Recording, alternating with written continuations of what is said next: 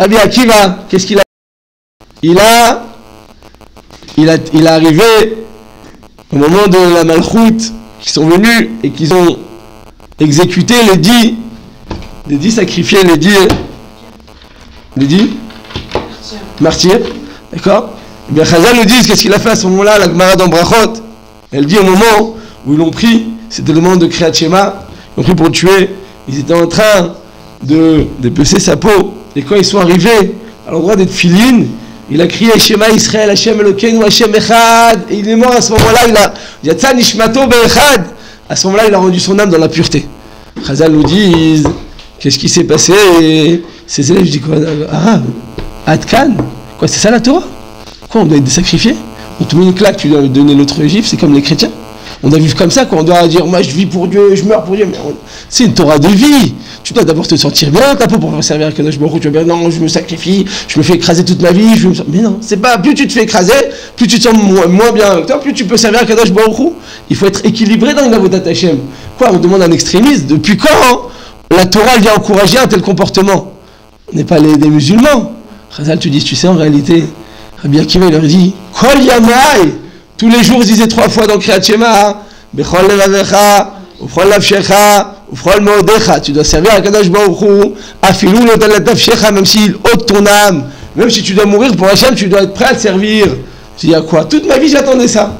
Kol Yamai, Haïti Mechake, Matai Yavo, Pasuk Azeh, Veika Imeno, toute ma vie, j'attendais avoir l'occasion. Et maintenant que j'ai l'occasion de le faire, tu vas m'enlever cette occasion? J'ai dit Hachem Echad, et je meurs sur Echad. Chazal nous dit, attends, je comprends pas. Rabbi Akiva, tu veux mourir sur Echad, mais t'as qu'à vivre sur à notre époque, on dit, il ne faut pas l'imsor et ta nefesh, il ne faut pas mourir pour Hachem, il faut vivre pour Hachem. Donne toutes tes meilleures midot pour Akadosh Baruch Hu, donne toute ta vitalité pour Hachem. Ne sois pas une victime en disant, non, sois, donne ta propre vitalité, donne ta propre personne pour Akadosh Baruch Hu. En d'autres termes, les élèves ne comprenaient pas la Messirut Nefesh et l'entrain de Rabbi Akiva à ce moment-là, de pouvoir être content de mourir Be'echad. Asbevada, il a voulu servir à Kadosh Baruch Hu. Vous savez que même Moshe Rabbeinu, il n'a pas pu mourir à Kiddush Hashem.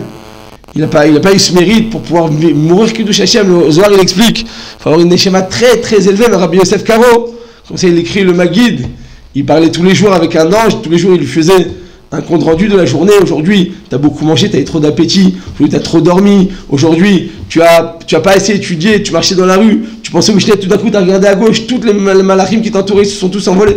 Il fait toujours des remontrances. Et à la fin, il lui a dit, écoute, à la fin il était sur le point de mourir, il dit, écoute, demande à Hachem l'autorisation que je puisse mourir sur Kiddush Hashem. Si je dois mourir, comment je vais mourir? Kiddush Hashem. Qu'est-ce qu'il a répondu le malach? Non, ta neshama n'est pas suffisamment élevée.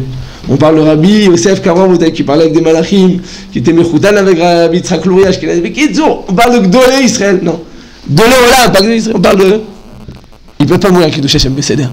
Mais Rabbi Akiva, toute sa vie, il attend ce moment. La question, c'est de savoir pourquoi il n'y a pas d'autres Tanaïm qui ont attendu ce moment. Rabbi Shimon Bar Yochai, Rabbi Meir Balades, Rabbi Meir, tout. Pourquoi Dafka, Rabbi Akiva? Là, alors, Gizbourg, il donne une réponse extraordinaire et je finis avec ça. Il dit en réalité, chez Rabbi Akiva, eh bien, c'était Rabbi Akiva ben Yosef. Yosef, il était guerre ou il était juif? Il était guerre.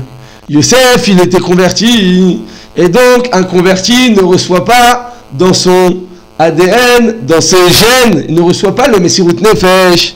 Non, je ne vais pas mourir pour Hachem. Donc, il n'a pas reçu dans ses gènes. Donc, Rabbi Akiva, il n'avait pas cette Messirut Nefesh innée en lui. Donc, lui, Dafka, toute sa vie, qu'est-ce qu'il va faire?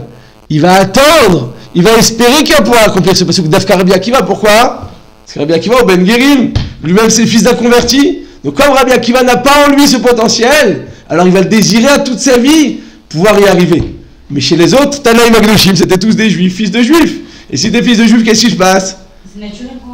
Naturellement, tu as cette Messirut Nefesh, elle fait partie de ton potentiel, de tes qualités et de tes gènes. Donc comme c'est ancré dans tes gènes, j'ai pas besoin de le prouver. Donc Rabbi Akiva qui n'avait pas ça, il avait besoin de faire un travail. Kol Yamai, toute ma vie j'attendais ce moment. Mais maintenant que c'est arrivé à l'occasion de le faire, je vais pas le faire. Et là-bas, la Marabota, on comprend, et de Rabbi Akiva et de Chana, qu'en réalité, le travail qu'on a, ça provient de Avot HaKadoshim. Et toutes les midotes qu'on a, ça provient on demande juste de suivre. Il faut être digne, il faut continuer, il faut mériter. J'ai pas dit que c'est facile. Mais on a déjà tout ça en ordre et c'est déjà ancré en nous.